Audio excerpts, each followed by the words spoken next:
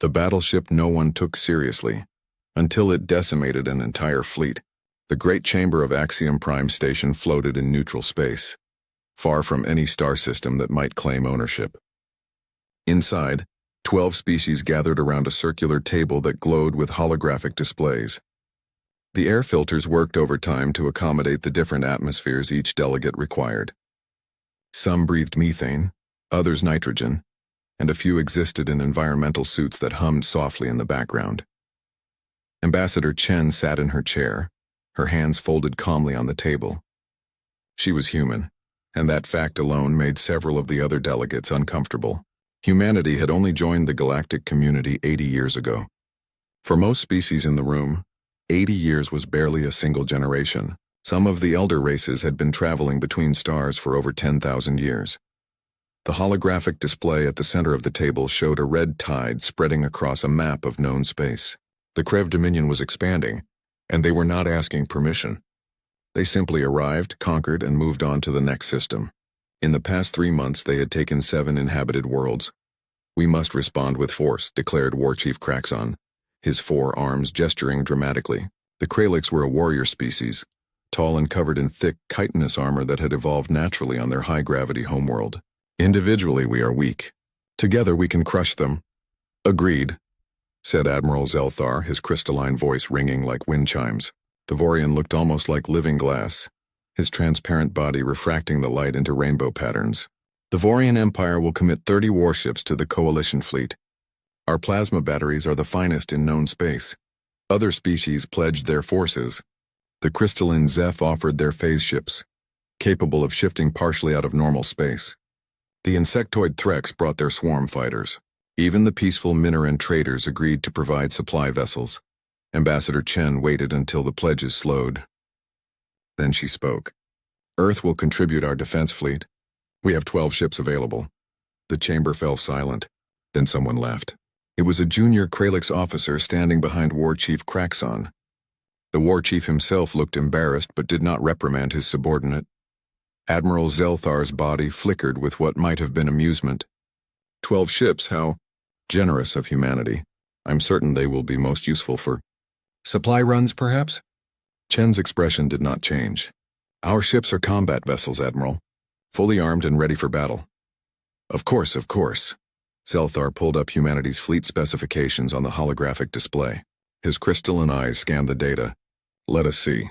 Your flagship is the USS Odyssey? A battleship?" He paused. "This vessel is 60 years old." Murmurs rippled through the chamber. 60 years was ancient for a warship. Technology advanced quickly in the galaxy. A ship that old would have outdated weapons, slow engines, and primitive defenses. "The specifications are curious," continued Zelthar, his tone now clearly mocking. "Thick armor plating? Physical armor has been obsolete for centuries. We use energy shields now." "The Odyssey has energy shields as well," Chen said quietly. "Ah, but secondary ones. Weak. Your primary defense is metal." Zelthar's body shimmered with colors that indicated humor. "And your weapons, railguns?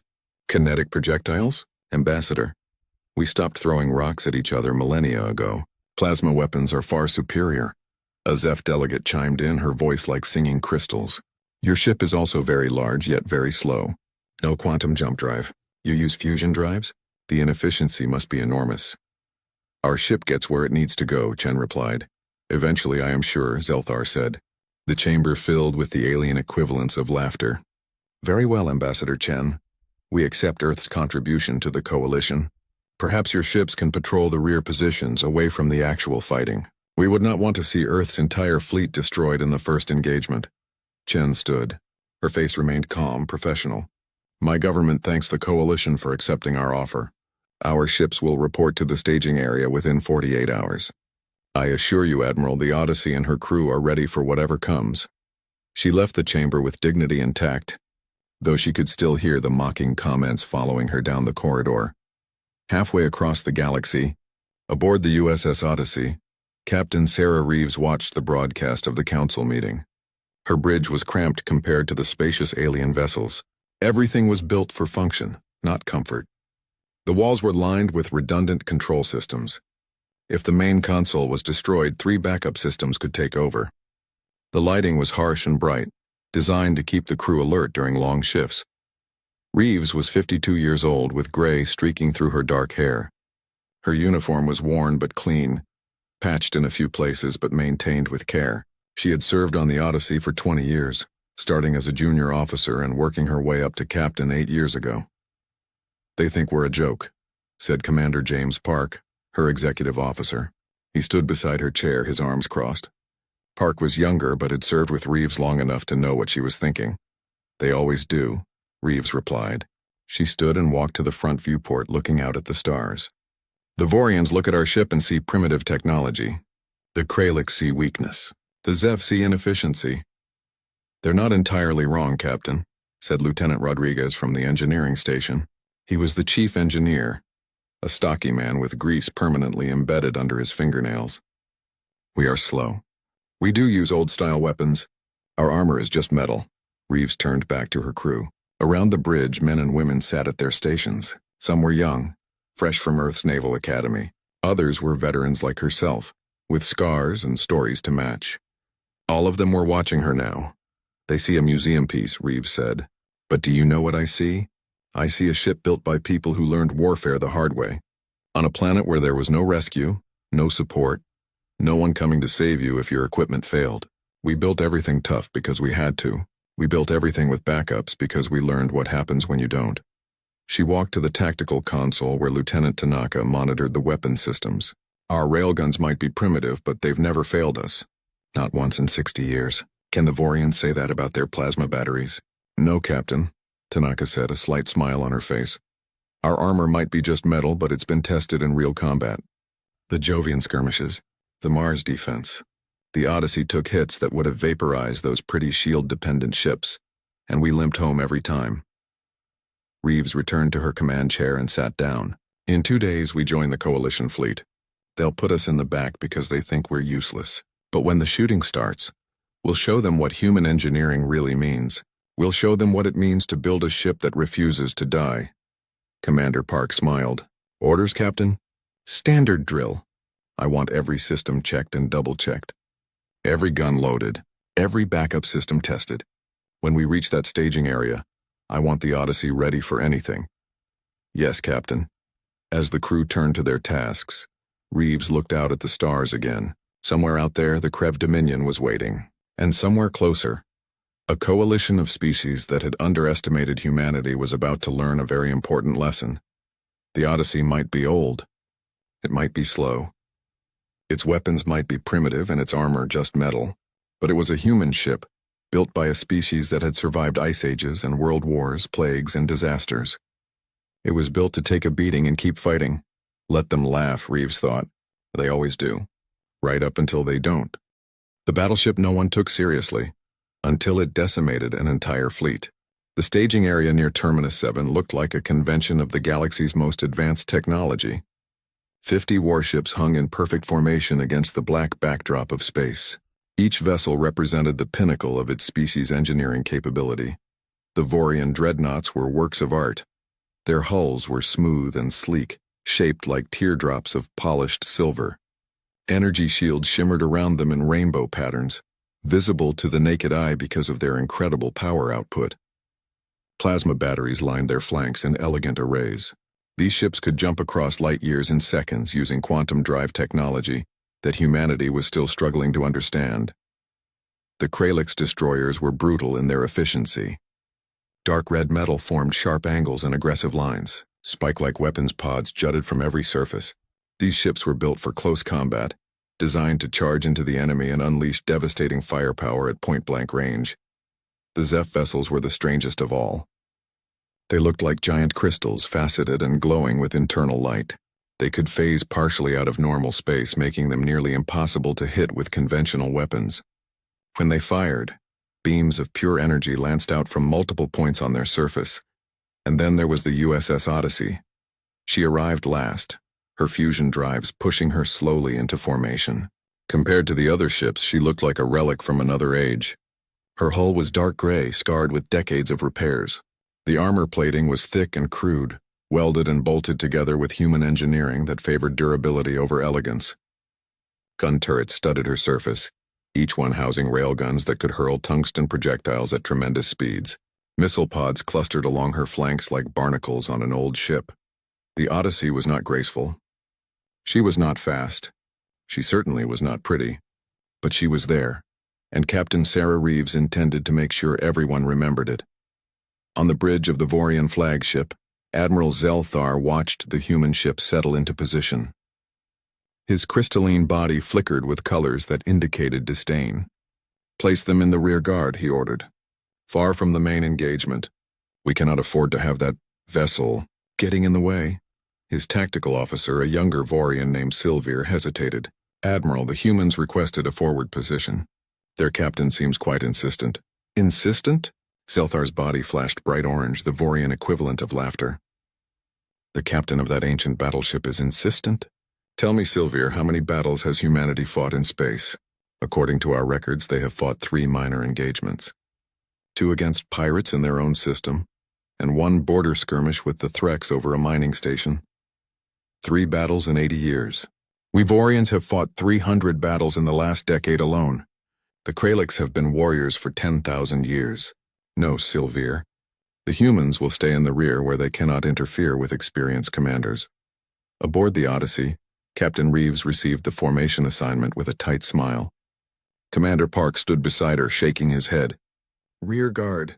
They might as well have us stay in dock. They're putting us where they think we'll be safe," Reeves said, "or where we can't embarrass them when we fail. Either way, it doesn't matter. When the shooting starts, plans change fast." "Captain, we have a visitor," reported the communications officer. "A Zeph observer is requesting permission to come aboard." Reeves raised an eyebrow. "Permission granted." 20 minutes later, a Zeph named Crystal Song stood on the Odyssey's bridge, her translucent body refracting the harsh lighting into small rainbows. She moved from station to station, observing everything with what seemed like scientific curiosity. "Your ship is very different from ours," she sang in her chiming voice. "Everything is so solid, so heavy. So many redundant systems." Chief Engineer Rodriguez grunted from where he was checking a power relay. "That's the point. You see redundancy, we see survival. If our primary power system fails, we have 3 backups. If our shields go down, we have armor. If our computer system gets hacked, we can control everything manually." Crystal Song tilted her crystalline head, processing this information. "But this is so inefficient.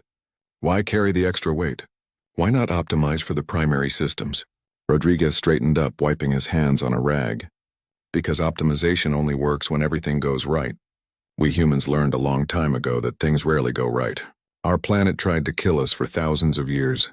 Ice ages, volcanoes, storms that could destroy entire cities. We survived because we prepared for the worst." "Fascinating." Crystal Song approached the weapons console where Lieutenant Tanaka was running diagnostics. "And these weapons? Kinetic projectiles. You physically launch pieces of metal at your enemies?" Tanaka nodded. "Tungsten rods accelerated by magnetic fields to 3% of light speed. They hit with enough force to punch through most armor. But plasma weapons are far more destructive," Crystal Song pointed out. "When they work," Tanaka replied, "plasma can be deflected by magnetic fields. Energy weapons can be absorbed by the right shielding. But a chunk of metal moving at relativistic speeds, that's just physics. You can't hack physics." Crystal Song was quiet for a moment, her internal lights pulsing softly. "I begin to understand. Humans do not build for the ideal situation. You build for the worst situation." "Now you're getting it," Rodriguez said with a grin.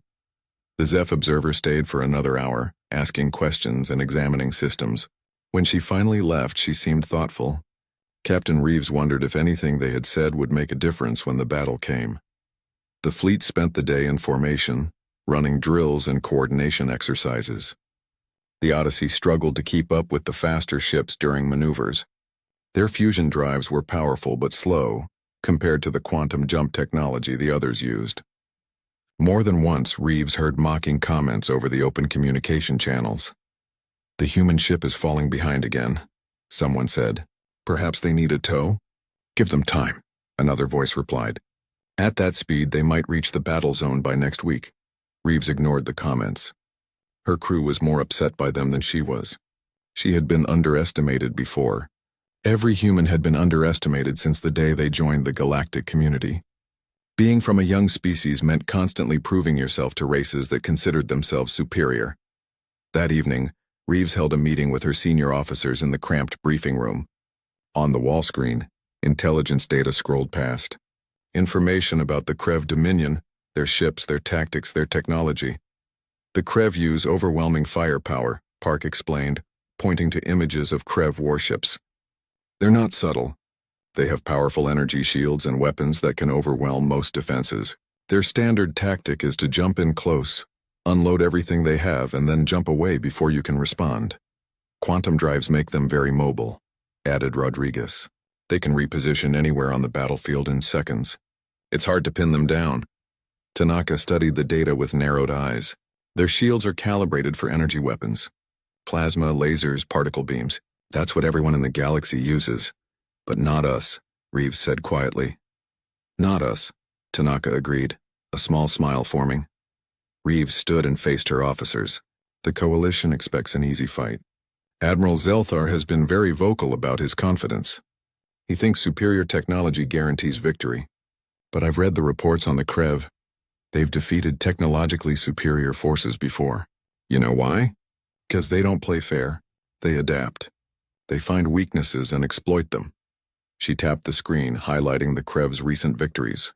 Every species they've fought has relied on the same galactic standard technology. Shields, plasma weapons, quantum drives. The Krev have learned how to counter all of it. But us, we're not standard. We're the odd ones out. The primitives with our metal armor and kinetic weapons. You think that gives us an advantage? Park asked. I think it gives us a chance. The Krev won't expect us. They won't have specific counters for our technology, because no one else in the galaxy uses it. We're an unknown variable. Rodriguez leaned back in his chair. So when the plan falls apart and everyone's fancy technology stops working, we'll still be in the fight. That's the idea. Reeves looked at each of them in turn. I'm not going to lie to you. This battle is going to be ugly. The Krev are bringing a lot of ships and they're good at what they do. We might take heavy damage. We might be the only thing standing between the Coalition and total defeat. Sounds like Tuesday, Tanaka said dryly, earning chuckles from the others. Get some rest, Reeves ordered. In 20 hours, the fleet jumps to the battle zone. I want everyone sharp and ready. As the officers filed out, Park lingered. Sarah, he said quietly, using her first name in private. Do you really think we can make a difference? One ship? Reeves looked at the data on the screen, studying the formation plans, the Krev fleet estimates, the Coalition's confident predictions. James, I've learned one thing in all my years in space. Battles aren't won by the side with the best technology. They're won by the side that refuses to quit. The Odyssey might be old and slow and primitive by galactic standards. But she's human. And humans don't quit, Park smiled. No, we don't. 18 hours later, fleet-wide communications crackled to life. Admiral Zelthar's voice ran the battleship. No one took seriously until it decimated an entire fleet. The Coalition fleet materialized at the designated coordinates in perfect formation. 50 ships appeared simultaneously in flashes of quantum energy. Their shields already active, their weapons already charging. Admiral Zelthar's flagship took the central position, his tactical display showing a beautiful arrangement of military power. All ships report ready, announced Sylvia from the tactical station. No sign of Krev forces. Sensors are sweeping the area now. Zelthar's crystalline body glowed with satisfaction. They do not know we are here. Continue sweeping. When we locate their fleet, we will strike with overwhelming force and end this war in a single engagement. Then the sensors found something, but it was not what they expected. Admiral, Sylvia's voice rose in pitch. Contact. Multiple contacts! Krev ships emerging from behind the gas giant's magnetic field. The tactical display exploded with red markers. 20 Krev ships appeared. Then 50. Then 100. The numbers kept climbing. 200 contacts and still counting. Sylvia reported, his usual calm completely gone. Admiral Intelligence said they had 120 ships. I can count, Zelthar snapped. The satisfaction had drained from his body, replaced by colors that showed alarm. How did they hide so many ships from our scouts? The answer did not matter anymore. What mattered was that 300 Krev warships now surrounded the Coalition fleet. The trap had been sprung perfectly. All ships evasive action, Zelthar ordered. Quantum jump to rally point 7. We must regroup. But nothing happened. The ships remained in position, unable to jump. Admiral, quantum drives are not responding, reported the engineering station. There is some kind of jamming field. We cannot jump. Then we fight.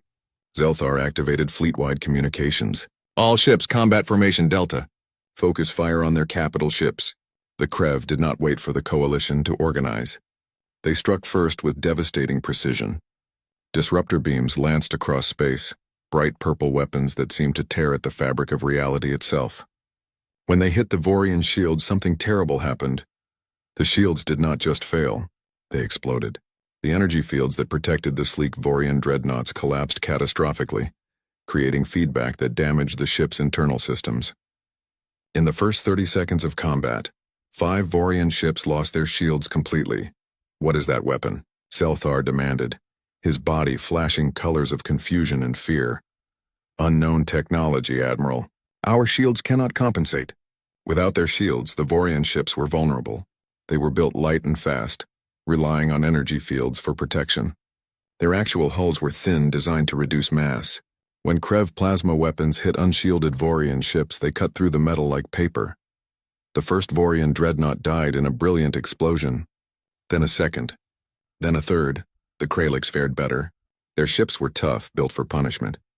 War Chief Kraxon led them in a charge directly at the Krev formation, his warrior instincts taking over. The Kralix destroyers absorbed terrible damage but pushed forward, their weapons blazing. They managed to destroy several Krev ships before the sheer weight of enemy fire forced them to retreat. Kralix forces are pulling back, reported Sylvir. 70% casualties. The Zeph tried their phasing ability, shifting partially out of normal space to avoid the Krev weapons. But the Krev had prepared for this too. They fired weapons that could track targets across multiple dimensions. The beautiful crystalline Zeph ships shattered like glass when hit, their fragments spinning away into the void. The battle was a massacre. The Coalition had walked into a perfectly prepared trap, and the Krev were executing it flawlessly. In 20 minutes, the Coalition lost 15 ships. The formation was breaking apart. Ships scattered in panic, trying to escape but unable to jump away because of the quantum jammers. Admiral Zelthar's flagship shuddered as weapons fire hammered its weakening shields. Around him, his crew worked frantically to keep the ship functioning. The tactical display showed a nightmare. Red enemy markers everywhere, blue Allied markers winking out one by one. Admiral, the miner and supply vessels are requesting permission to withdraw. Sylvir called out over the sound of alarms. Denied. If they drop their shields to turn, they will be destroyed. Zelthar was barely holding the fleet together. Every tactical advantage they thought they had was gone. The Krev had countered everything. That was when a new marker appeared on the edge of the tactical display. A single blue dot moving slowly but steadily toward the battle zone. The identification code marked it as the USS Odyssey. The human ship was 3 hours behind the fleet. She had not been caught in the initial trap. She was burning toward the battle at full thrust, her fusion drives pushing her forward at maximum power. The Odyssey is requesting permission to engage, Sylvir reported. Zelthar almost laughed. The human battleship? The ancient relic with its primitive weapons? What could it possibly do against this? But pride and duty kept his response professional. Denied. The Odyssey will maintain rear position. We cannot afford to lose any more ships. 3 hours earlier and halfway across the battlefield, Captain Sarah Reeves received the order and felt her jaw tighten. He wants us to maintain position? While our allies are being slaughtered? Commander Park pulled up the sensor data. What he saw made his blood run cold.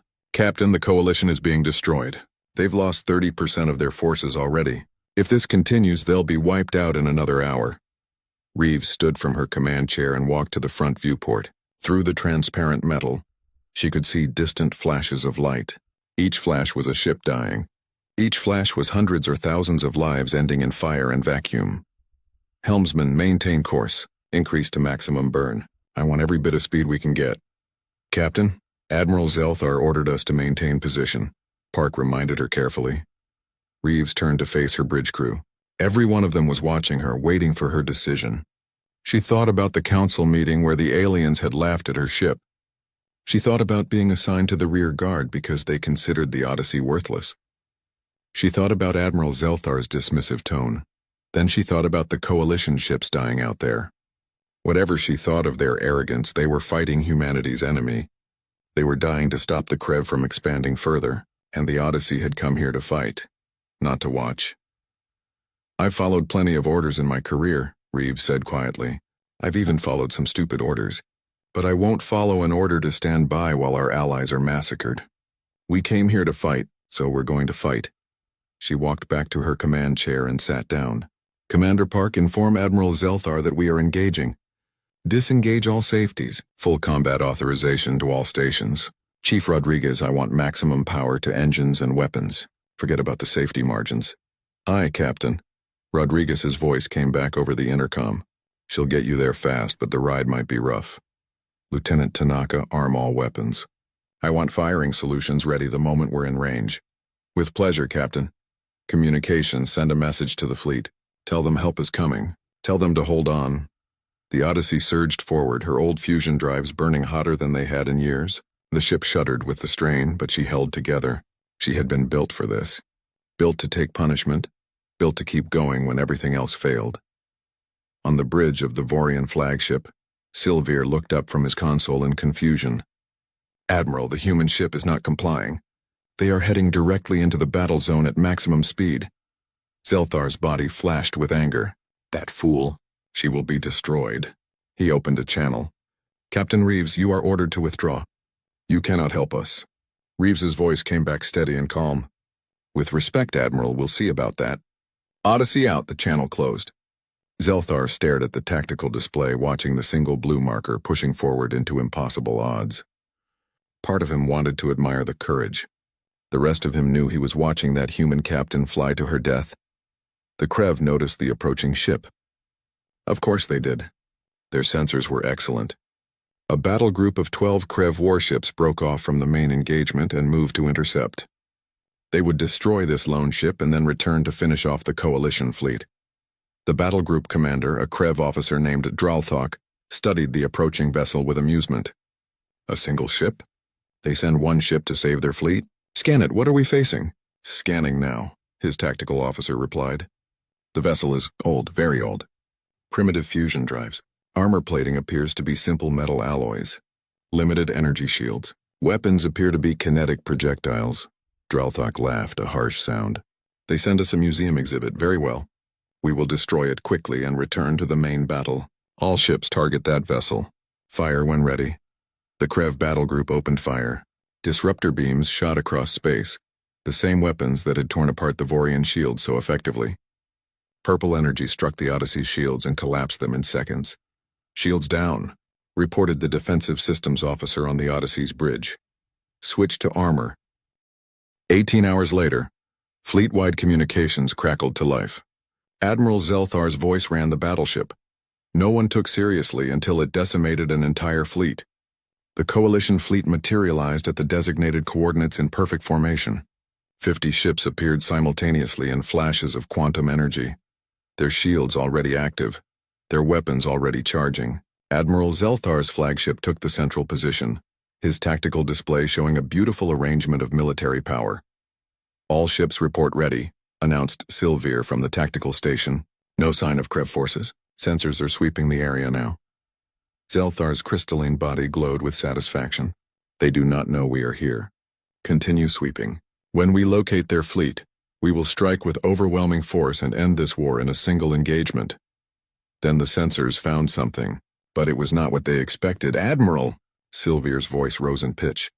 "Contact! Multiple contacts. Krev ships emerging from behind the gas giant's magnetic field." The tactical display exploded with red markers. 20 Krev ships appeared, then 50, then 100. The numbers kept climbing. 200 contacts and still counting. Sylvir reported, his usual calm completely gone. "Admiral Intelligence said they had 120 ships." "I can count," Zelthar snapped. The satisfaction had drained from his body, replaced by colors that showed alarm. How did they hide so many ships from our scouts? The answer did not matter anymore. What mattered was that 300 Krev warships now surrounded the coalition fleet. The trap had been sprung perfectly.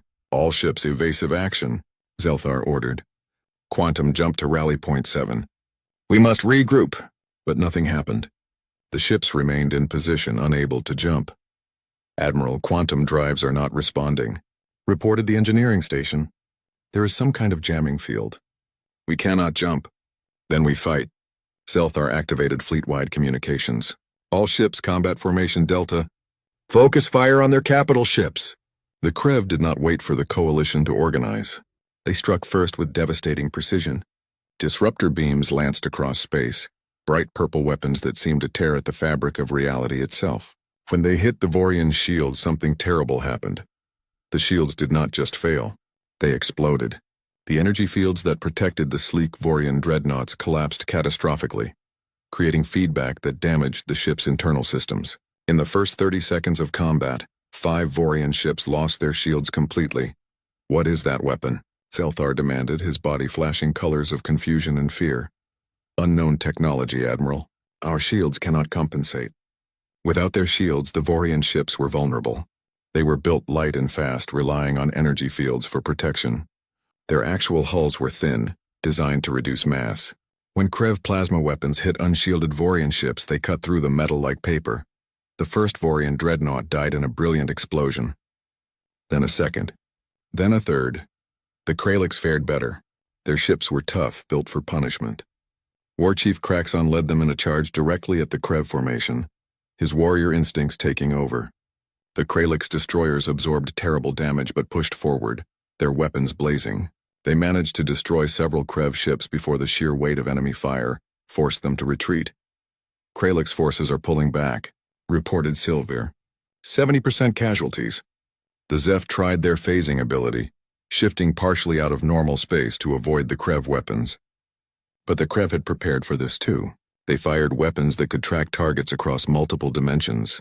The beautiful crystalline Zeph ships shattered like glass when hit, their fragments spinning away into the void. The battle was a massacre.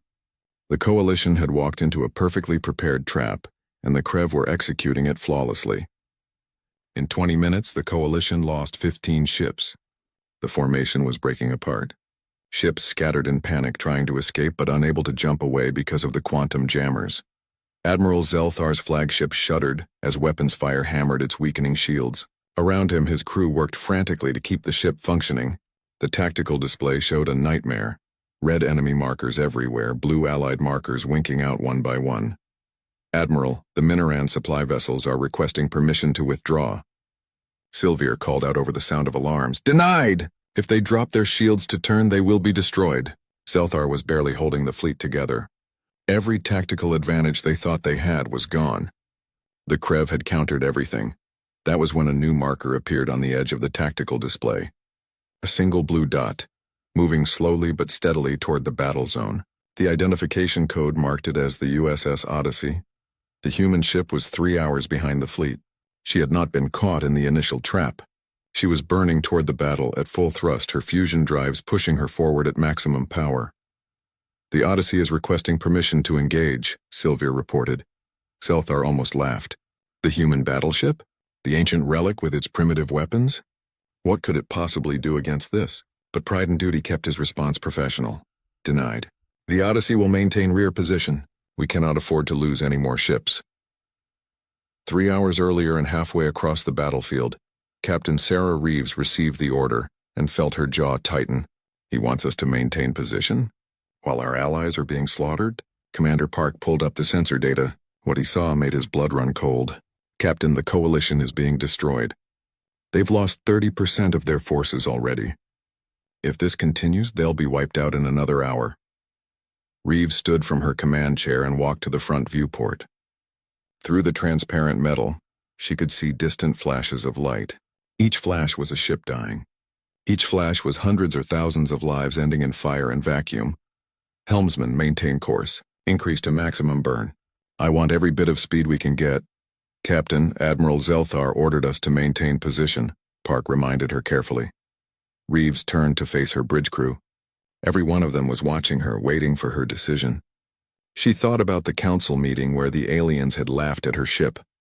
She thought about being assigned to the rear guard because they considered the Odyssey worthless. She thought about Admiral Zelthar's dismissive tone. Then she thought about the coalition ships dying out there. Whatever she thought of their arrogance, they were fighting humanity's enemy. They were dying to stop the Krev from expanding further, And the Odyssey had come here to fight, not to watch. I've followed plenty of orders in my career, Reeves said quietly. I've even followed some stupid orders. But I won't follow an order to stand by while our allies are massacred. We came here to fight, so we're going to fight. She walked back to her command chair and sat down. Commander Park, inform Admiral Zelthar that we are engaging. Disengage all safeties. Full combat authorization to all stations. Chief Rodriguez, I want maximum power to engines and weapons. Forget about the safety margins. Aye, Captain. Rodriguez's voice came back over the intercom. She'll get you there fast, but the ride might be rough. Lieutenant Tanaka, arm all weapons. I want firing solutions ready the moment we're in range. With pleasure, Captain. Communications, send a message to the fleet. Tell them help is coming. Tell them to hold on. The Odyssey surged forward, her old fusion drives burning hotter than they had in years. The ship shuddered with the strain, but she held together. She had been built for this. Built to take punishment. Built to keep going when everything else failed. On the bridge of the Vorian flagship, Sylvir looked up from his console in confusion. Admiral, the human ship is not complying. They are heading directly into the battle zone at maximum speed. Zelthar's body flashed with anger. That fool! She will be destroyed. He opened a channel. Captain Reeves, you are ordered to withdraw. You cannot help us. Reeves's voice came back steady and calm. With respect, Admiral, we'll see about that. Odyssey out, the channel closed. Zelthar stared at the tactical display, watching the single blue marker pushing forward into impossible odds. Part of him wanted to admire the courage. The rest of him knew he was watching that human captain fly to her death. The Krev noticed the approaching ship. Of course they did. Their sensors were excellent. A battle group of 12 Krev warships broke off from the main engagement and moved to intercept. They would destroy this lone ship and then return to finish off the coalition fleet. The battle group commander, a Krev officer named Dralthok, studied the approaching vessel with amusement. A single ship? They send one ship to save their fleet? Scan it, what are we facing? Scanning now, his tactical officer replied. The vessel is old, very old. Primitive fusion drives. Armor plating appears to be simple metal alloys. Limited energy shields. Weapons appear to be kinetic projectiles.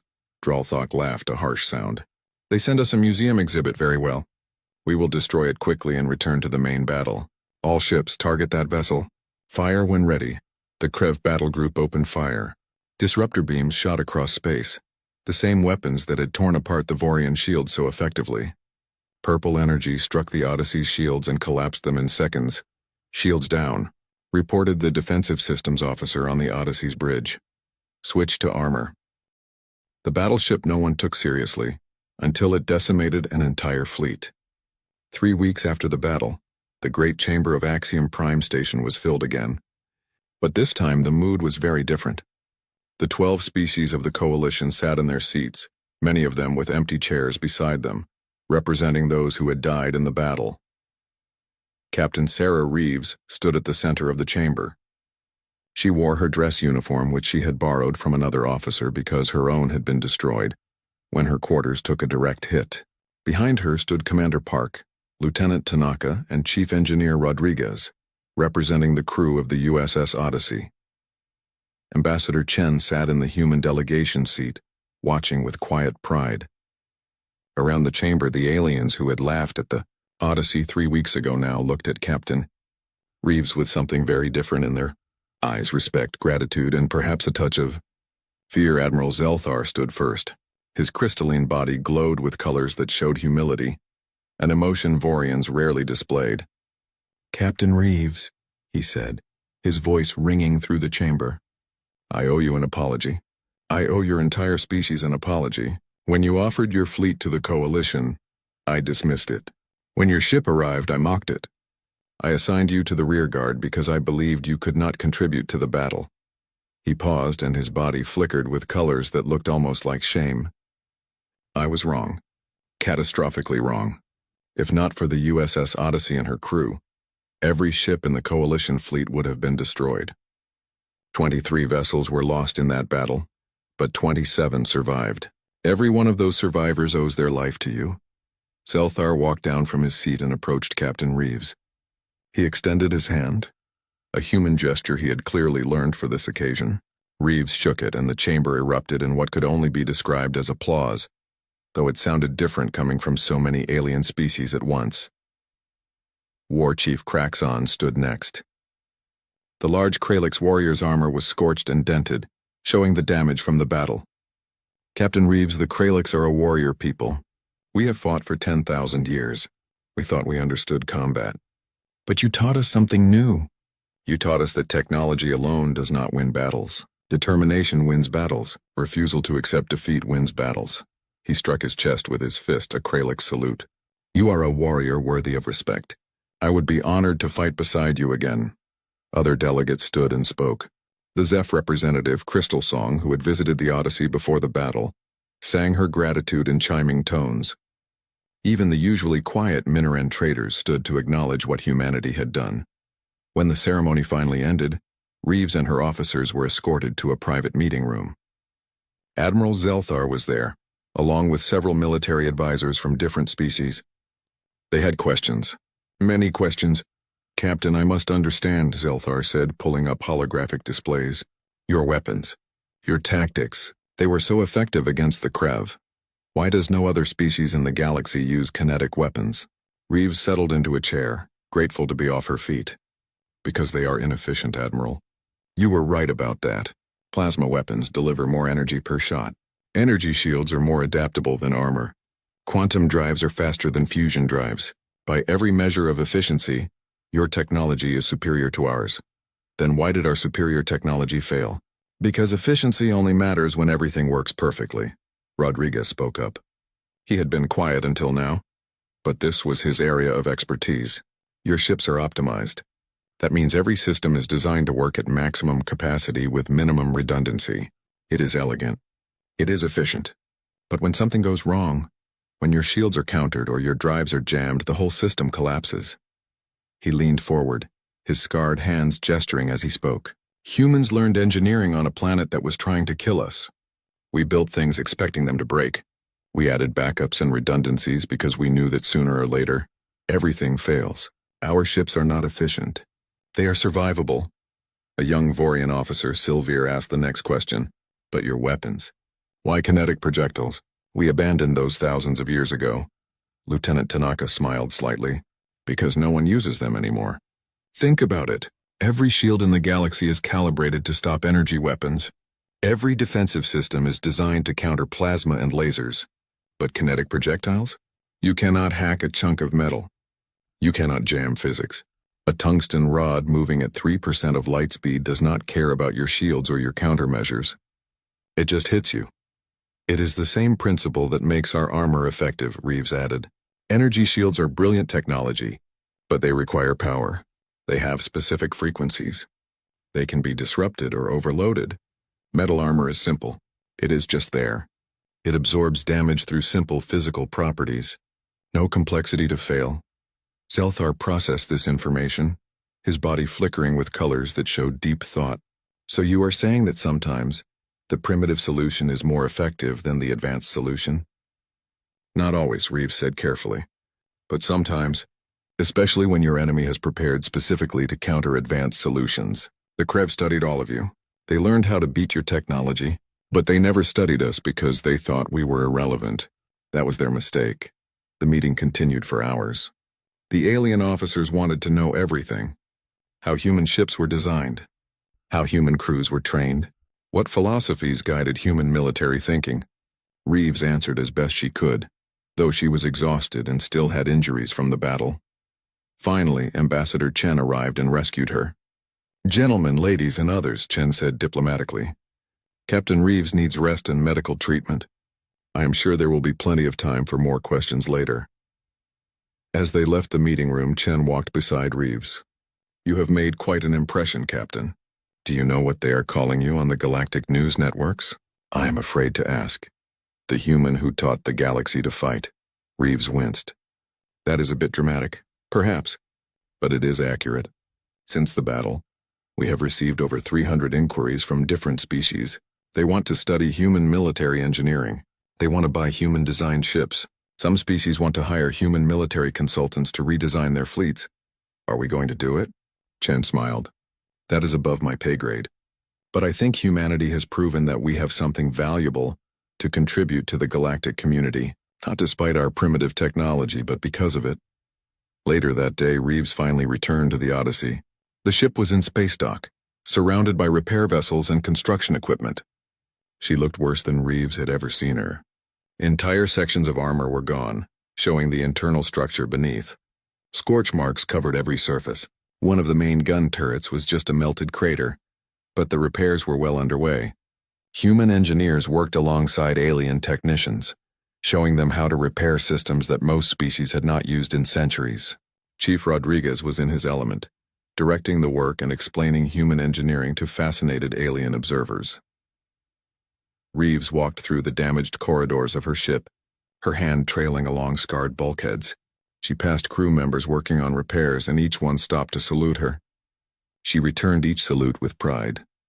In engineering, she found Rodriguez arguing with a Vorian technician about the proper way to reinforce a power conduit. "Chief, can I borrow you for a moment?" Reeves asked.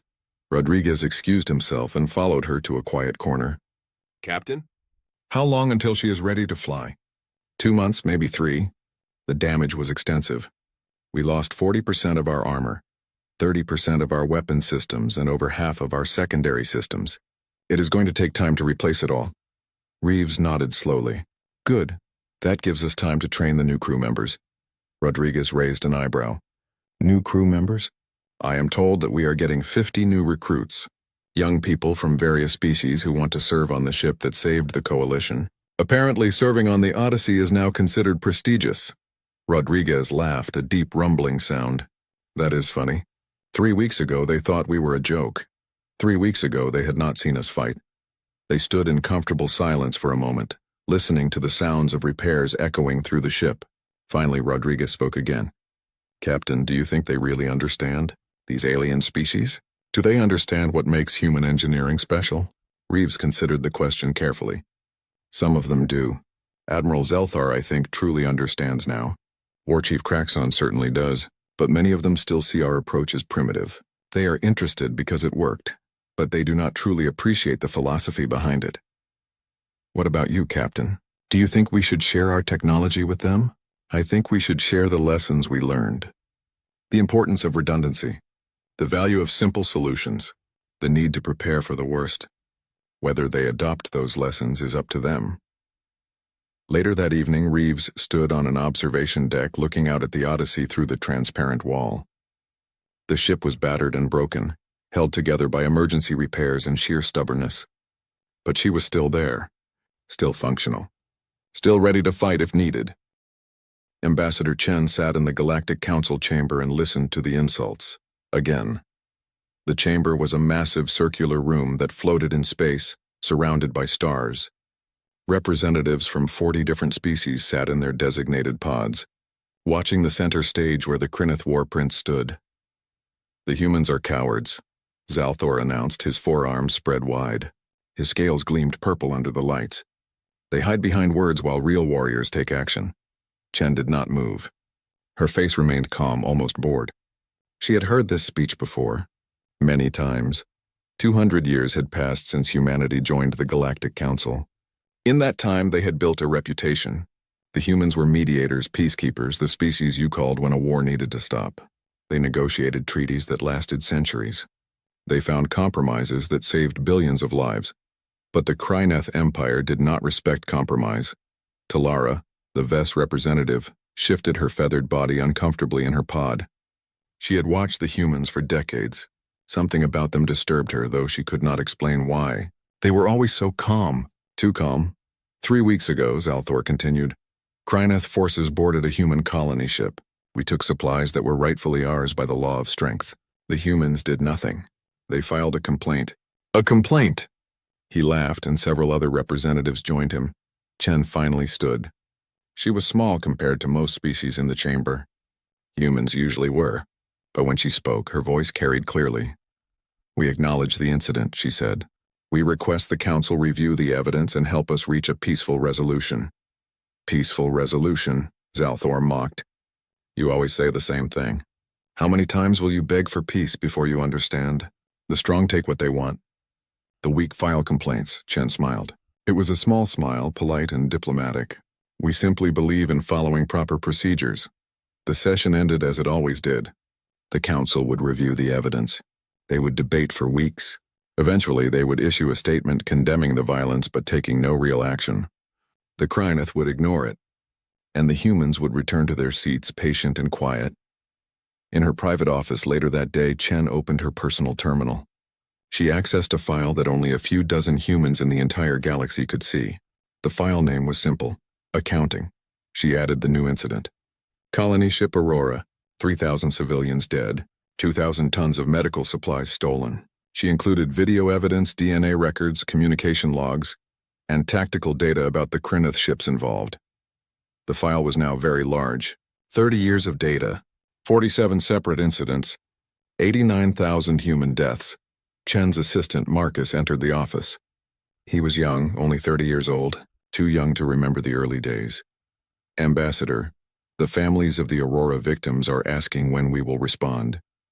Tell them we are documenting everything, Chen said. Tell them we remember. Marcus hesitated.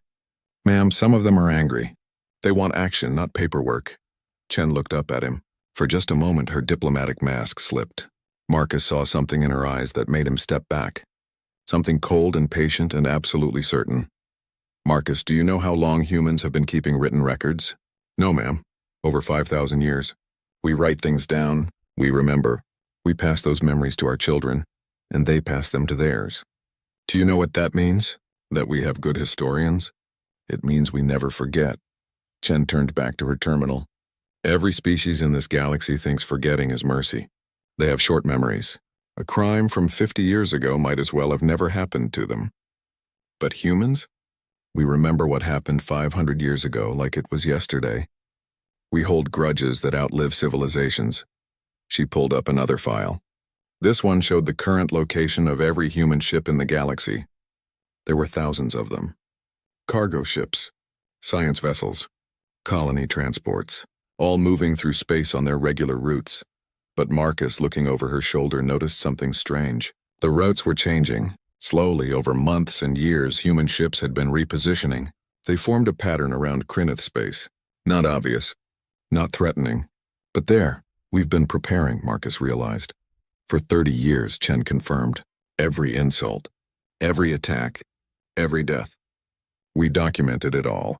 We studied them. We learned their weaknesses. We positioned our assets. We built our case. And most importantly, we waited. Waited for what? For them to cross the line so far that even the council could not question our response. For them to become so confident in our weakness that they would not see us coming. For the exact right moment when we could end this permanently. Chen closed the files.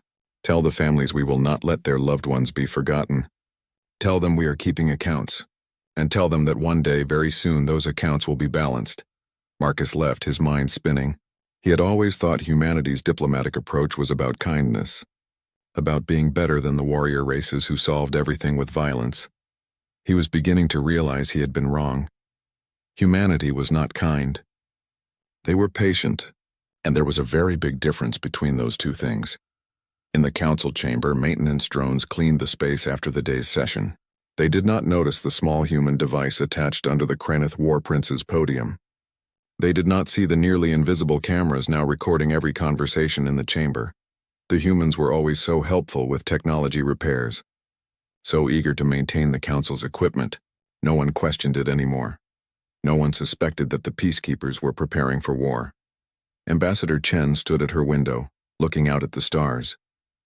Somewhere out there, Captain Sarah Okonkwo commanded the human defense fleet. Somewhere, human engineers were building weapons the galaxy had never seen. Somewhere, human soldiers were training for a war that had not yet been declared. Chen opened a communication channel. It was encrypted with codes that would take the galaxy's best computers 1,000 years to break. Status? She asked. Captain Okonkwo's voice came back immediately. 87% ready. All pieces in position, waiting for your word. Not yet, Chen said. Let them have one more incident. Let them think we will never act. Let them become absolutely certain of our weakness, and then we show them what patient killers look like when they finally stop being patient. Chen ended the call. She made a note in her personal log, one that would be read by historians centuries from now. Day 10, 957 of the accounting. The Krynith do not yet understand what they have created. By teaching us that we cannot rely on the galaxy for justice, they have taught us to rely on ourselves. They will regret that lesson. She returned to her desk and continued her work. There were treaties to review, meetings to schedule, and peace talks to plan. Ambassador Chen smiled her diplomatic smile, and she waited. Talara could not stop thinking about the humans. As a xenopsychologist for the Galactic Council, it was her job to understand how different species thought. She had studied the aggressive Krynith and understood their warrior culture. She had analyzed the peaceful Ves and knew why her own people avoided conflict.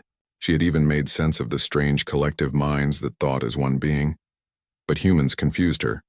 She sat in her research office, surrounded by holographic displays. Each one showed data about human behavior over the past 30 years. The numbers did not make sense. Computer, show me all recorded incidents between humans and Krynith. The display changed. 47 separate events appeared, each one marked with dates, locations, and casualty numbers. Incident 1. Krynith raiders attacked a human mining station. 15 dead. Human response, diplomatic protest incident. 10. Krynith warships destroyed a human cargo vessel. 400 dead. Human response, requested council mediation. Incident 23. Krynith forces occupied a human colony for 3 weeks. 2,000 civilians killed. Human response, economic sanctions, and another diplomatic protest. Talara's feathers ruffled in agitation. Any other species would have declared war by Incident 3, maybe 4, but the humans kept negotiating. They kept talking. They kept filing reports and requesting meetings and suggesting compromises.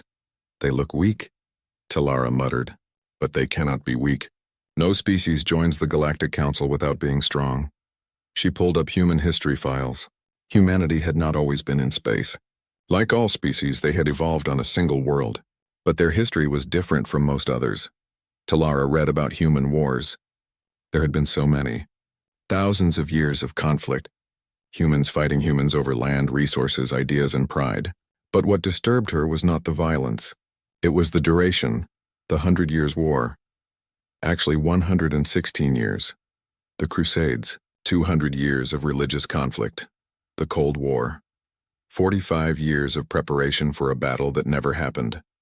They fight wars that last longer than most species exist, Talara realized. They are patient.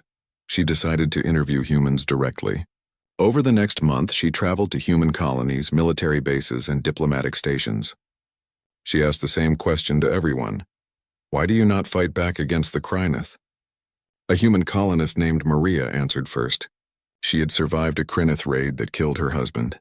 We're keeping records, she said simply. A human soldier named James gave the same answer. We remember everything. Every name. Every death. We're documenting it all. A human diplomat named Park said something that chilled Talara's blood.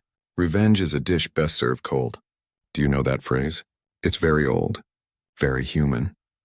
Talara did not understand the metaphor, so she researched it.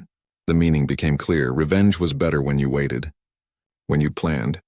When the enemy forgot to be afraid. She dug deeper into human culture. She found they had an obsession with record-keeping. They wrote everything down. They preserved everything. They had museums dedicated to events that happened thousands of years ago. They taught their children about wars that ended before their great-grandparents were born. They do not forget, Talara said to herself. Other species move on. Time heals wounds. But humans, they pass their pain to the next generation like an inheritance. She found more disturbing evidence. Human colonies near Krynith space were growing. Not shrinking, as one would expect if they were afraid. Growing. And the humans moving there were not refugees or poor families seeking opportunity. They were engineers, scientists, military veterans. Talara accessed shipping records. Human cargo ships traveled through Krynith territory constantly. The Krynith allowed it because humans paid taxes and caused no trouble. But Talara noticed the ships took strange routes. They passed near every major Krynith military base. They lingered near Krynith government worlds. They mapped everything. Oh no, Talara whispered. They are not being peaceful. They are preparing. She tried to warn the council. She requested an emergency meeting and presented her findings. The council chamber filled with representatives from across the galaxy. The humans are not as passive as they appear, Talara announced. I believe they are planning something. Planning what? Asked the Mern representative, his blob-like body pulsing with confusion. They have endured 47 attacks without retaliation. They are clearly not warriors. That is what disturbs me, Talara insisted. No species accepts that much abuse without reason. Either they are incapable of fighting, or they are choosing not to fight, and humans are definitely capable. The Kryneth War Prince Zalthor laughed from his podium. The Birdwoman sees conspiracy and peace. Perhaps your species is too paranoid, Talara. The humans are weak. They hide behind the council because they cannot defend themselves. I do not think they are hiding, Talara said. I think they are watching, learning, waiting. For what? Talara did not have an answer. The council dismissed her concerns. Most representatives agreed with Zalthor. The humans were peacekeepers, mediators. They lacked the warrior spirit needed for real conflict. Talara returned to her office, frustrated. She pulled up more human history. She focused on military history this time. She wanted to understand how humans fought when they did fight. What she found terrified her. Humans did not fight like other species. Most warrior races fought for honor or territory or resources. They fought until one side surrendered, then they stopped. But humans fought to completely destroy their enemies. They called it total war. She read about something called the Siege of Leningrad. Human armies surrounded a human city for 900 days. Nearly 1 million civilians died, but the city never surrendered. And the humans inside never forgot who caused their suffering. She read about the atomic bombs. Humans had built weapons that could destroy entire cities in seconds. They had used them. Twice. And then they had spent decades building more, not to use, but to make sure no one ever attacked them again. They are persistence hunters, Talara realized. She had learned about Earth's ecosystem in her research. Humans had evolved from predators who hunted by never giving up. They chased their prey for hours or days until it collapsed from exhaustion. They did not need to be faster. They just needed to never stop. Was that what they were doing now? Chasing the Kryneth until the right moment came? 3 days after her council presentation, news arrived. The Kryneth had attacked again. A human medical station orbiting a neutral world. 12,000 civilians dead. Doctors, nurses, patients, all killed. Talara immediately went to the council chamber. She needed to see the human response. Ambassador Chen stood at the human podium. Her face was calm, too calm. Behind her, holographic displays showed the destroyed station. Bodies floating in space. Blood frozen in the vacuum. We have documented this incident, Chen said quietly. We have recorded every detail. Every name. Every face. We will remember this, is that all? Zalthor demanded. More documentation. More remembering. Perhaps you should try fighting instead of filing reports. Chen turned to look at him. Talara saw something in the human ambassador's eyes that made her feathers stand on end. It was not anger. It was not hatred. It was something colder, more patient, more certain. We will remember this, Chen repeated. All of it. Every crime. Every life. Every moment. And one day, War Prince, you will understand what it means when humans remember. I look forward to that day, Zalthor mocked. Perhaps in another 30 years you will file an even stronger complaint, Chen smiled. It was a terrible smile. Oh, it will not take 30 years. We are almost done waiting. She left the chamber without another word. Talara tried to follow her, but Ambassador Chen walked too quickly. By the time Talara reached the human diplomatic wing, Chen had disappeared behind secured doors. Talara stood in the corridor, her mind racing. She had studied hundreds of species. She understood violence and peace and everything between. But she had never encountered something like this. The humans were not pacifists. They were not weak. They were something far more dangerous. They were predators who had learned to wait. And somewhere in the galaxy, Talara knew, a countdown was running. The humans had been watching and documenting and preparing for 30 years. How much longer until they decided the accounting was complete? She returned to her office and opened a new file. She titled it, The Paradox of Human Patience, Why Peace May Be Preparation for Perfect War. As she wrote, one thought kept repeating in her mind. The galaxy had misunderstood humanity. They thought humans were peacekeepers. They were wrong. Humans were not keeping peace. They were keeping score. And soon, very soon, they would collect what they were owed. War Prince Zalthor stood before the Krynith High Command and declared victory. Around him, the greatest warriors of his empire listened with approval. The command center was built into an asteroid, hidden and secure. Holographic displays showed the Krynith Empire's territory. It was vast, and it was growing. The humans have proven what we always knew, Zalthor announced. They are the galaxy's favorite victims. They complain but never act. They document but never fight. They are weak. What are your orders? Asked General Vorkon, his scales scarred from 100 battles. We will take 3 more human border colonies, Zalthor decided. Not raid them. Take them, occupy them. Make them part of the Krynith Empire. And when the humans file another complaint, we will take 3 more. The generals roared with approval. This was the Krynith way. The strong conquered. The weak submitted. What if they resist? One younger officer asked. They will not, Zalthor said confidently. They have not resisted for 30 years. They will not start now.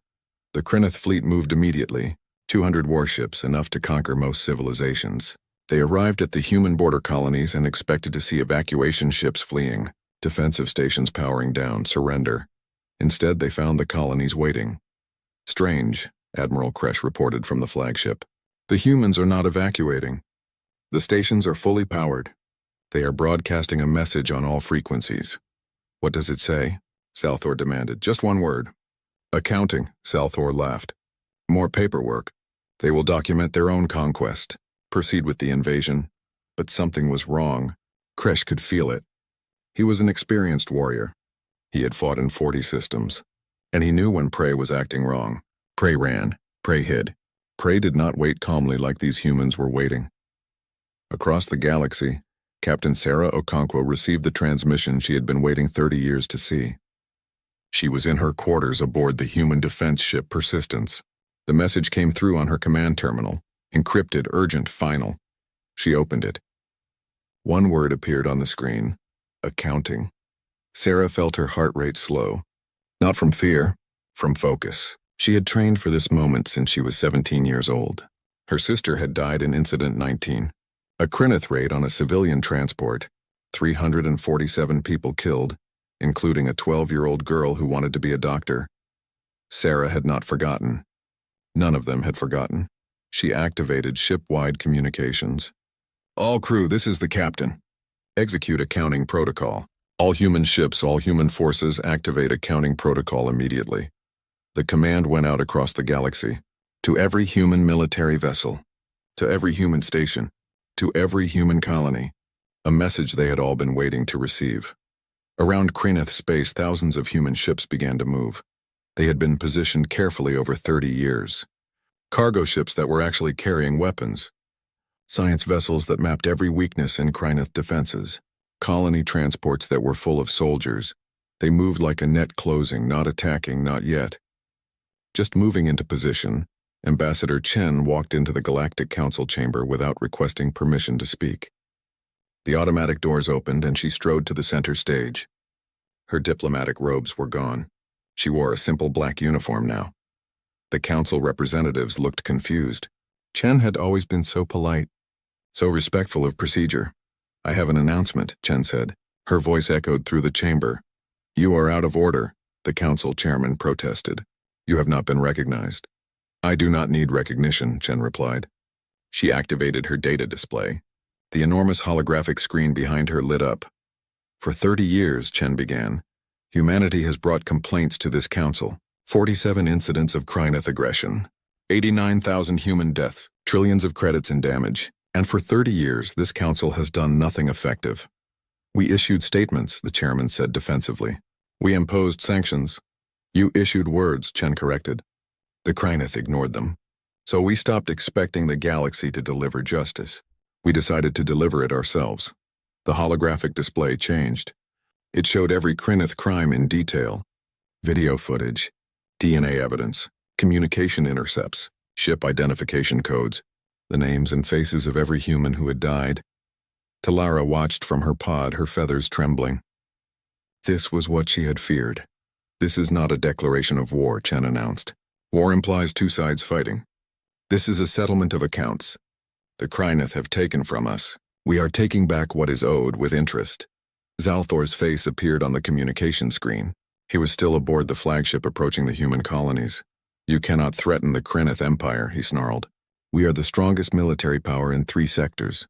Your fleet is small. Your worlds are scattered. You have no chance," Chen smiled. It was not a diplomatic smile anymore. "You think we have been weak," she said. "You think we have been hiding. You think we have been afraid. You are wrong. We have been preparing, and you never noticed because you were too busy laughing at us." She activated another display. This one showed the current position of every human ship in the galaxy. The council chamber fell silent. Human vessels surrounded Kreneth space completely.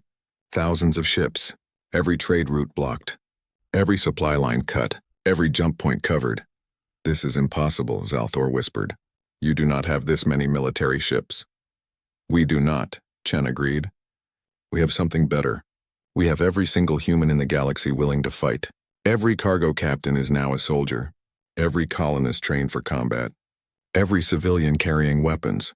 You killed 89,000 of us. 3 billion of us are ready to make you pay."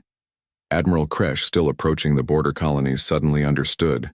The human colonies were not evacuating because they were not afraid. They were not afraid because they were ready. "All ships, emergency retreat," he ordered. Too late. The human colonies revealed their hidden weapons, defensive platforms that appeared from nowhere, fighters launching from disguised hangar bays, missiles that had been placed in the asteroid field months ago, waiting. The Kreneth fleet found itself in a trap. Not a surprise attack, a prepared ambush. Every move they could make had been predicted. Every escape route blocked. Admiral Kresh had fought in 40 systems. He had never encountered anything like this. The humans were not fighting with passion or rage. They fought with cold precision, like they had already won and were just going through the motions. His flagship took fire from 6 directions at once, weapons he had never seen before, human technology that they had hidden for decades. "They let us think they were weak," Kresh realized in horror. "They wanted us to be confident. They wanted us to attack so they would have justification." His ship's shields failed. Emergency alarms screamed. Around him, the Kreneth fleet was being destroyed with systematic efficiency. "Request terms of surrender," Kresh ordered. "To who?" his communications officer asked. "To the humans, before they kill us all." In the council chamber, Chen continued speaking. "The Kreneth War Prince asked if we would ever fight instead of filing reports. Here is our answer. We file reports so we know exactly what we are fighting for. We document crimes so we can charge the proper price. We wait patiently so that when we act, no one can question our justice." She looked directly at Zalthor's image on the screen. "We gave you 30 years to stop. We gave the galaxy 30 years to stop you. No one did. So we will stop you ourselves. Permanently." Captain Okonkwo watched from her command chair as the battle ended. It had lasted 23 minutes. 197 Kreneth ships destroyed or disabled. 3 human vessels damaged. 0 human casualties. It was not even a battle. It was an execution. "Ma'am, Admiral Kresh is requesting terms," her communications officer reported. "Tell him to surrender unconditionally," Okonkwo replied. "Tell him his empire is already dead. It just does not know it yet." She opened a channel to all human forces. Phase 1 complete. Begin Phase 2. Move on the secondary targets. By the book. By the numbers. By the accounting. Across the galaxy, human forces advanced. They moved like clockwork. Every objective had been planned years in advance. Every tactic tested in secret simulations. Every contingency prepared for. The Kreneth Empire had spent 500 years conquering others. They were about to learn what it felt like to be conquered by a species that fought wars lasting centuries. Talara watched everything from the council chamber. She had tried to warn them. She had seen the signs. But even she had not imagined this. The humans had not just prepared for war. They had prepared for this specific war. Against this specific enemy. They had studied the Kreneth for 30 years. They knew everything about them. Their tactics, their technology, their culture, their weaknesses, and the Kreneth knew almost nothing about humans. Because humans had been pretending to be harmless while they sharpened their knives. "They are not peacekeepers," Talara said quietly. "They are patient killers, and we just watched them stop being patient." Ambassador Chen remained on the center stage. She looked at each council representative in turn. "Let this be a lesson," she said. "Humanity prefers peace. We truly do. But we are not pacifists. We are not weak. We are careful. We are patient. And we are very, very good at ending threats permanently. She deactivated her displays and walked toward the exit. At the doorway, she paused and looked back. The accounting has begun. It will not stop until the balance is restored. The galaxy wanted to know how. How had the humans prepared such a massive military operation without anyone noticing? The answer came from 1,000 small pieces that no one had thought to put together. 10 years ago, a human diplomat named Robert Kim served as an assistant cultural attaché to the Kryneth homeworld. He spent his days organizing cultural exchange programs and attending boring government functions. No one paid attention to him. He seemed harmless, friendly, always smiling. What the Kryneth did not know was that Robert had a perfect memory. Every military officer he met at diplomatic parties he remembered. Every casual conversation about fleet positions or supply problems he recorded. Every building he visited he mapped. Every computer system he accessed for cultural research he copied. He was not a diplomat. He was a spy, and so was every other human diplomat in Kryneth space. 5 years ago, a human cargo ship captain named Elena Rodriguez made her regular supply run to a Kryneth military station. She had been making the same run for 8 years. The Kryneth guards knew her. They trusted her. They barely checked her cargo anymore. What they did not notice was that her ship's sensors were far more powerful than any cargo vessel needed. Every time she docked, she scanned the station's defensive systems. She mapped the locations of weapons, shields, and power generators. She noted how many soldiers were stationed there and when they changed shifts. She was not just a cargo captain. She was a scout. And so were hundreds of other human traders who traveled through Kryneth space. 3 years ago, a human scientist named Dr. Chen Li published a paper about Kryneth biology. It won awards. The Kryneth High Command even thanked him for his respectful study of their species. They gave him access to genetic databases and medical records to help his research. What they did not realize was that Dr. Chen was not studying Kryneth biology out of curiosity. He was looking for weaknesses. What foods made them sick? What temperatures made them uncomfortable? What frequencies hurt their hearing? What chemicals affected their scales? Every piece of information went into human military databases. Every weakness cataloged for future use. 1 year ago, human colonies near Kryneth space began expanding rapidly. Thousands of families moved to border worlds that were dangerous and difficult. The Kryneth watched with amusement. The humans were moving closer, making themselves easier targets. What the Kryneth did not see was who those colonists really were. Not farmers, not miners, retired soldiers, military engineers, weapons specialists. They built homes that were actually fortified bunkers. They planted crops in fields that hid underground armories. They constructed mining equipment that could be converted to artillery in hours. They were not colonists. They were an invasion force disguised as civilians. 6 months ago, human ships began carrying new cargo. Medical supplies mostly, food shipments, construction materials. All legal, all innocent. The Kryneth inspectors checked the cargo and found exactly what the manifests claimed. But the medical supplies included components that could be assembled into weapons. The food containers were designed to be turned into armor plating. The construction materials were actually parts for military vehicles, just labeled differently. The humans had been smuggling an entire army past Kryneth inspections for months. And no one noticed because the inspectors only looked for complete weapons, not components. Captain Okonkwo remembered the day she learned about the accounting protocol. She had just graduated from the military academy. A general named Marcus Zhao called her into his office.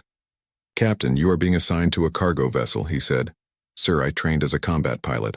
"I know, but you will spend the next decade pretending to be a cargo captain. You will fly trade routes through Kryneth space. You will be bored. You will be insulted by customs officers who think you are weak. And you will never complain." "Why, sir?" General Zhao showed her a picture. A burned space station, bodies floating in the wreckage. "Because in 10 years, maybe 20, maybe 30, we are going to make the Kryneth pay for every crime they have committed. And when that day comes, we need officers who know everything about Kryneth space. Their bases, their routes, their weaknesses. Officers who have spent years being underestimated while they gathered intelligence. You want me to be a spy. I want you to be patient. Can you do that? Sarah looked at the picture again. She thought about her sister, who had died when Sarah was just a teenager. She thought about all the other humans who had died while their government chose diplomacy over revenge. Yes, sir, I can be very patient. And she had been. For 15 years, she flew cargo routes. She documented everything. She waited. Now, standing on the bridge of the Persistence, she was finally using all that information. Every battle plan was based on intelligence gathered over decades. Every attack route had been scouted years ago. Every weakness had been identified and catalogued. The Kreeneth thought they were fighting a war. They were wrong. They were being dismantled by an enemy that already knew everything about them. Ambassador Chen sat in her private quarters and reviewed the timeline. It was important to document everything, even now, especially now. Future historians would want to know how humanity had accomplished this. Year 1 of the accounting. After the 5th Kreeneth incident, the human government made a decision. Not to fight immediately, but to prepare for a war that would end the Kreeneth threat forever. Every human in a position of influence was briefed. Diplomats, traders, scientists, colonists. They were all given roles in the long-term plan. Year 5. Intelligence gathering was complete. Humans knew the location of every Kreeneth military base, every government building, every supply depot. They knew the names of every Kreeneth officer, their tactics, their personalities, their weaknesses. Year 10. Humans began positioning assets. Ships were rerouted. Colonies were established in strategic locations. Weapons were designed specifically to counter Kreeneth technology. Year 20. The Kreeneth attacked a human medical station. 3,000 dead. This was marked as the trigger point. If the Kreeneth crossed this line, the accounting would begin. But they did not cross it yet. Year 30. The Kreeneth destroyed another medical station. 12,000 dead. The line was crossed. The accounting began. Chen closed the file. 30 years of preparation for a war that would last only months. That was the human way. Spend decades planning, then execute perfectly. The next battle happened at the Kreeneth system of Korthak. It was a major military base with 200,000 soldiers. The Kreeneth believed it was impregnable. 5 layers of defensive shields, weapon platforms everywhere, automated defense systems. Human forces approached. The Kreeneth admiral in command, a veteran named Talvor, was not worried. Let them come, he said. We will destroy them like we destroyed their medical stations. But the humans did not attack the way he expected. They did not charge the defenses. They did not try to break through the shields. Instead, they broadcast a signal, a very specific frequency that Dr. Chen Li had identified 3 years ago, a frequency that interfered with Kreeneth neural functions. Not enough to kill, just enough to make them nauseous, confused, slow. While the Kreeneth soldiers were stumbling and vomiting, human forces cut through their defenses like paper. Every shield generator destroyed, every weapon platform disabled, every command center captured. The battle lasted 40 minutes. 0 human casualties. The Kreeneth base fell without firing a single effective shot. Admiral Talvor was captured alive. He was brought before a human military tribunal. He demanded to know how they had defeated his impregnable base. We studied you, Captain Okonkwo explained simply. For 30 years. We know what frequencies hurt you, what chemicals confuse you, what tactics you use, what mistakes you make. We know everything about you. That is impossible. You are merchants and diplomats. We are soldiers who pretended to be merchants and diplomats. There is a difference. Talvor understood then. The humans had been preparing this entire time. Every trade mission was espionage. Every diplomatic meeting was intelligence gathering. Every insult and attack they endured without fighting back was just more motivation to be thorough when they finally struck. You are monsters, he whispered. No, Okonkwo corrected. We are humans, and you taught us that the galaxy would not protect us, so we learned to protect ourselves. Across the Kreeneth Empire, the same pattern repeated. Human forces appeared at military bases, supply depots, and government centers. They did not just attack. They attacked with perfect knowledge of every defense, every weakness, every vulnerability. The Kreeneth tried to fight back, but they were fighting an enemy that had already won. Every counterattack failed because humans had predicted it. Every defensive strategy was useless because humans knew how to bypass it. Every retreat was blocked because humans had already positioned forces to cut off escape routes. It was not war. It was an execution planned for 30 years. Talara watched the reports from her office. She had been right. The humans were not peacekeepers, but even she had underestimated them. They were not just patient killers. They were perfect killers. They did not fight until they were absolutely certain they would win. The war lasted exactly 3 months, 2 weeks, and 4 days. Historians would later call it the shortest total military collapse in galactic history, but to those who understood what had really happened, it was not short at all. It had taken 30 years. The fighting was just the final act of a play that had been written long ago. Week 1. Human forces captured or destroyed every major Krynith military base outside their core systems. The attacks were surgical, precise, perfectly timed. Krynith commanders found themselves fighting an enemy that knew their battle plans before they made them. General Vorkon led a counterattack at the Drexel system. He had 300 ships. He used a classic Krynith pincer movement, a tactic that had won 100 battles. The humans were waiting at both pincer points, not reacting to his attack, waiting before he even launched it. Because they had studied Krynith military doctrine for 30 years. They knew exactly what he would do. Vorkon's fleet was destroyed in 17 minutes. Week 2. Human forces began the blockade. Every Krynith world was surrounded. No ships in, no ships out. No trade, no supplies, no communication with other systems. The Krynith tried to break through. They sent their fastest ships, their stealth vessels, even suicide runners. None succeeded. Human forces were positioned perfectly at every possible escape route. War Prince Zalthor, still confident, addressed his people. This is temporary. The humans cannot maintain a blockade of this size. Their fleet is too small. They will make mistakes and we will exploit them. But the mistakes never came, because the blockade was not maintained by military precision. It was maintained by mathematics. Humans had calculated every possible variable, every supply line, every communication channel, every weakness in the blockade that might exist. And they had closed all of them. Week 4. The first Krynith worlds began to feel the shortage. Food supplies dwindling, medical supplies running out, fuel reserves depleting. Zalthor ordered rationing. The Krynith were warriors. They could endure hardship. They would outlast the humans, but the humans were not trying to outlast them. They were not emotional about this. They were methodical. Every world had different supply levels. Humans knew exactly how long each world could survive without resupply, and they waited.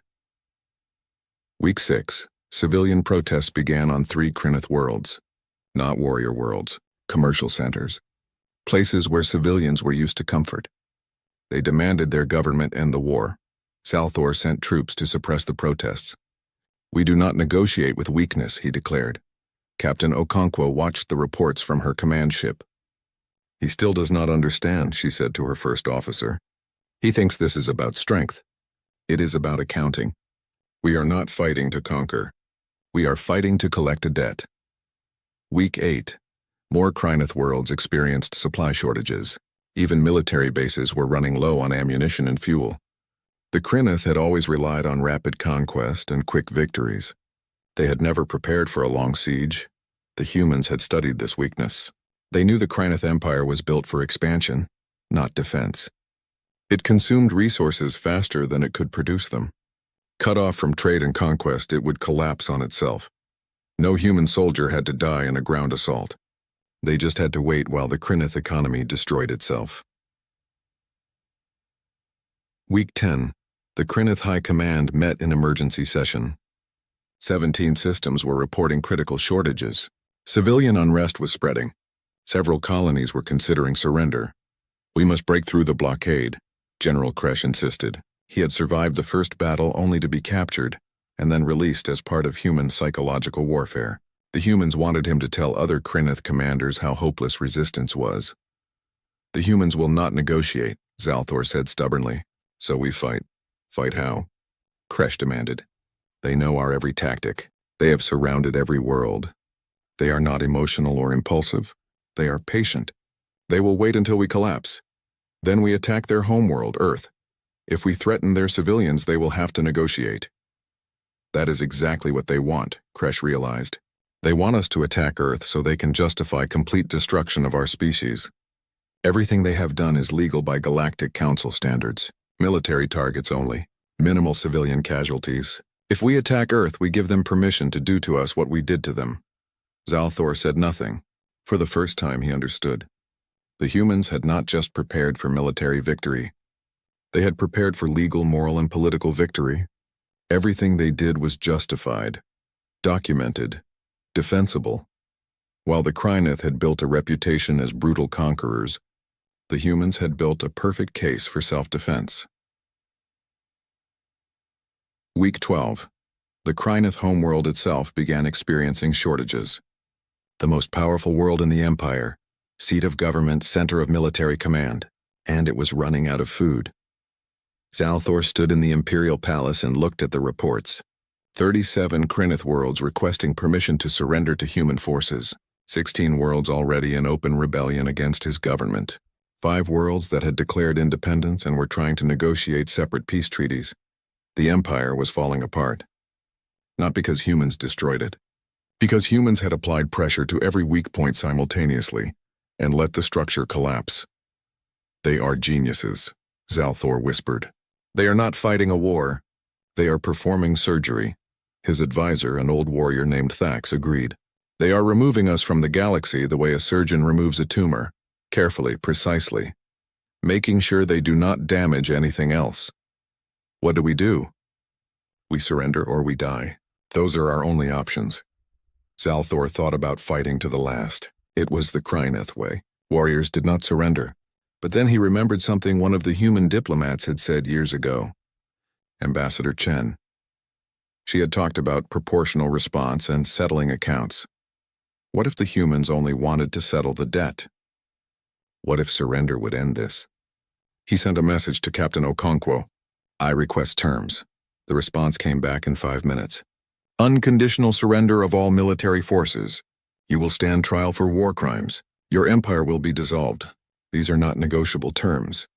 Accept or die. Zalthor called an emergency session of the High Command. He showed them the terms. This is unacceptable, General Vorkon declared. We fight to the last warrior. And then what? Zalthor asked.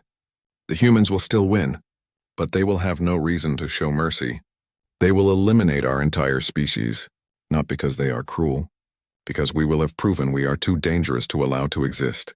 He looked at each general. I have watched these humans for 30 years.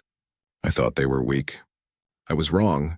They are terrifying, not because they are violent, because they are patient. They do not act until they are certain of victory, and they are certain now. We cannot win. We can only choose how much our people suffer before we accept reality. The vote was taken. 15 generals voted to surrender. 3 voted to fight. Those 3 were arrested by their own officers. The Kryneth Empire surrendered 12 weeks and 3 days after the war began. Captain Okonkwo received the surrender personally. She stood on the bridge of her flagship as War Prince Zalthor's image appeared on the screen. I surrender, he said. My empire surrenders. And this. You will submit to our terms, Okonkwo stated. You will be tried for crimes against humanity. You will answer for every death, every attack, every crime. Do you understand? I understand. But answer me one question. Why did you wait so long? You could have destroyed us years ago if you were this prepared. Okonkwo considered not answering, but these communications would be released to the galactic public. The whole galaxy needed to understand. We waited because we wanted to be certain, she explained. Certain we were right. Certain we had justification. Certain we could win completely. We do not fight wars to fight. We fight wars to end threats permanently. That requires patience, she paused. And we wanted you to feel what you made us feel. Helpless, angry, watching our people die while the galaxy did nothing. You felt that these last 12 weeks. We felt it for 30 years. Now you understand. Zalthor's image disappeared. The surrender was complete. Ambassador Chen addressed the Galactic Council one final time before the war ended. She stood at the center of the chamber, tired but satisfied. The Kryneth Empire has surrendered, she announced. The accounting is complete. We present our terms for the Council's review.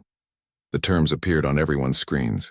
The Kryneth Empire would be reduced to 3 systems under permanent observation, all weapons of war, would be destroyed or transferred to neutral. Parties' war crimes trials would be held for all officers who participated in attacks on civilian targets. Reparations would be paid for 30 years. 1 credit for every human life lost. Kryneth culture and species would not be destroyed. Only their ability to wage war. These terms are harsh, the council chairman noted. They are just, Chen corrected. We did not ask for genocide. We did not demand revenge beyond what was owed. We balanced the accounts exactly. 89,000 human lives. The Kryneth will remember that number for generations. She looked around the chamber. We gave this council 30 years to stop the Kryneth. You did not. So we did it ourselves. Let this be a lesson. Humanity prefers peace. We will endure incredible abuse to maintain it. But we are not pacifists. We are bookkeepers. We remember every debt, and eventually, we collect. Talara watched Chen leave the Chamber 6 months after the war ended. The galaxy was still trying to understand what had happened. The Kryneth Empire, which had existed for 500 years, was gone. Not destroyed in blood and fire, but dismantled with precision and patience. Talara sat in her office at the Galactic Council, finishing her report. It had taken her months to write. She had interviewed hundreds of people, human soldiers, Kryneth survivors, council observers. She had reviewed decades of data. Her report was titled The Paradox of Human Patience, a Xenopsychological Analysis. The introduction explained, humans are persistence predators. On their homeworld, they evolved to hunt by exhausting their prey. They did not need to be faster or stronger. They only needed to never give up. This evolutionary trait extends to their warfare. They do not fight until they are angry. They fight when they are ready. And they are always eventually ready. Her analysis covered the key aspects of human military psychology. Perfect memory. Humans documented everything. Every crime. Every death. Every detail. Other species forgot over time.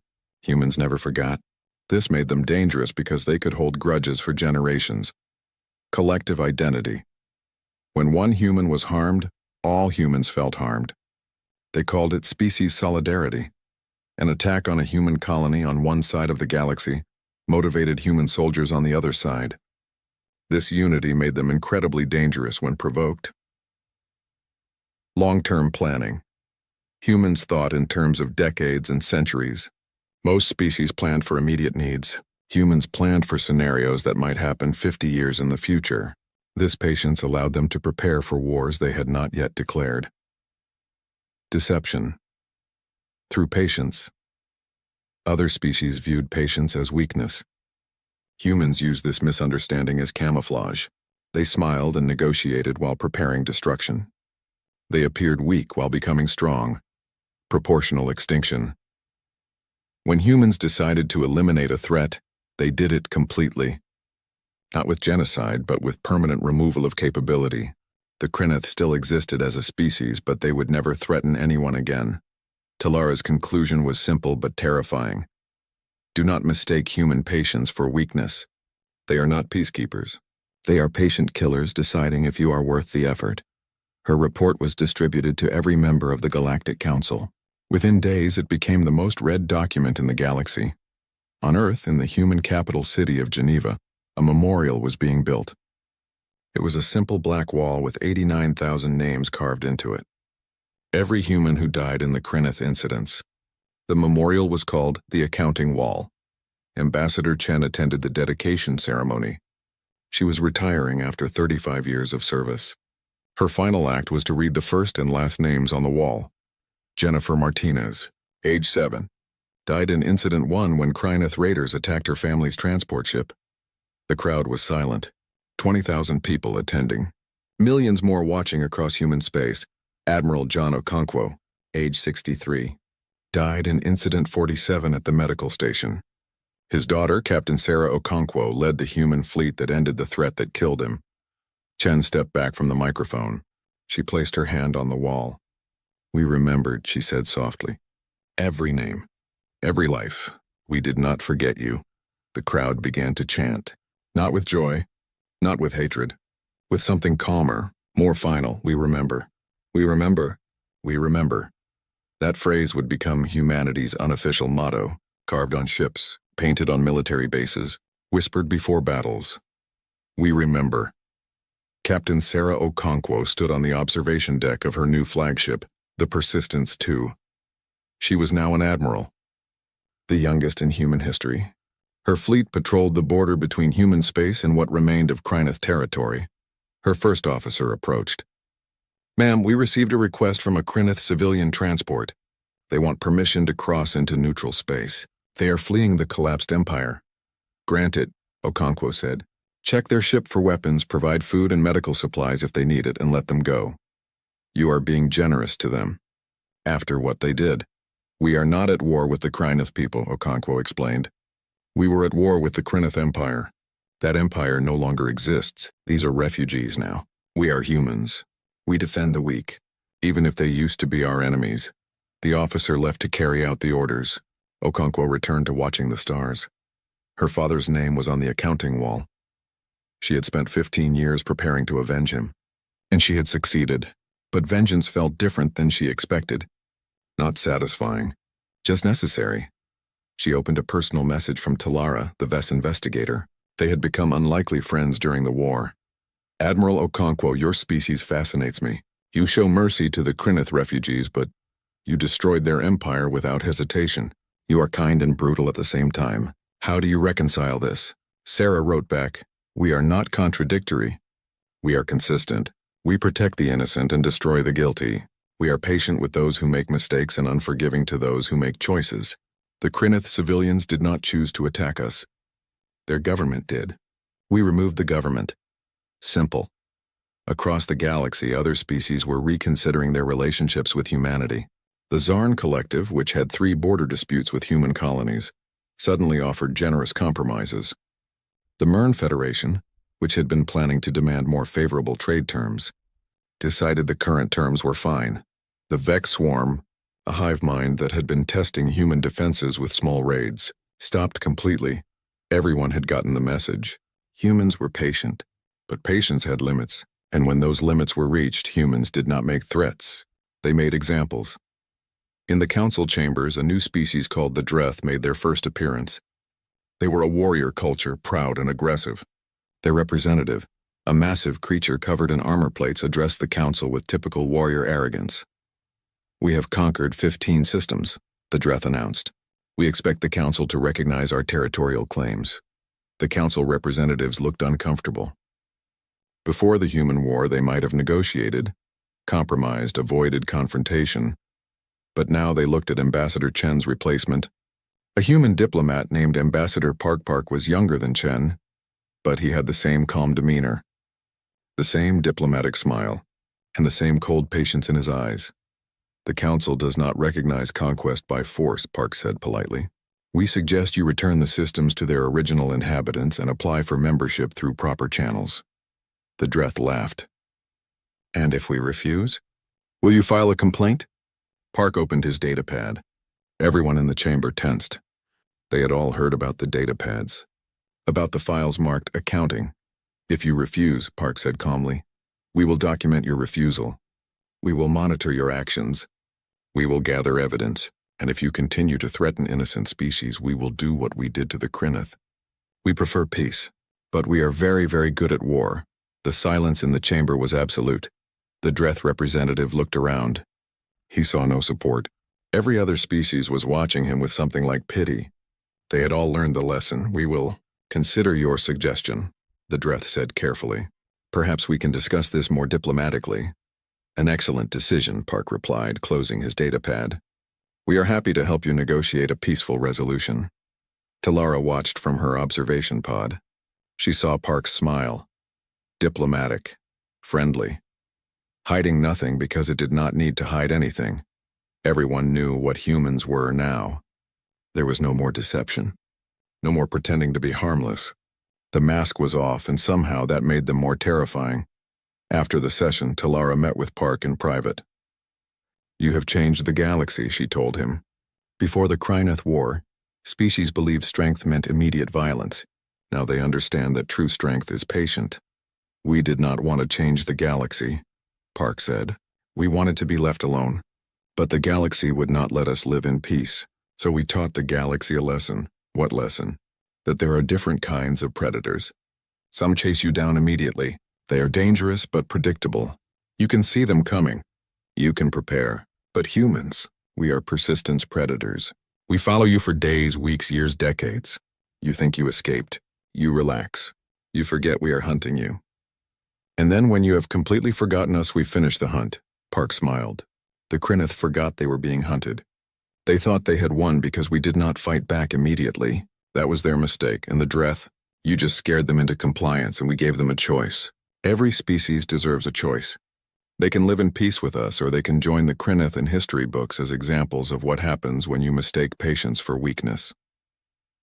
Talara left the meeting deep in thought. She had studied hundreds of species. She had analyzed countless civilizations. But humans were unique. They were not the strongest species, not the smartest, not the most advanced, but they were the most patient. And in the long run, patience defeated everything else.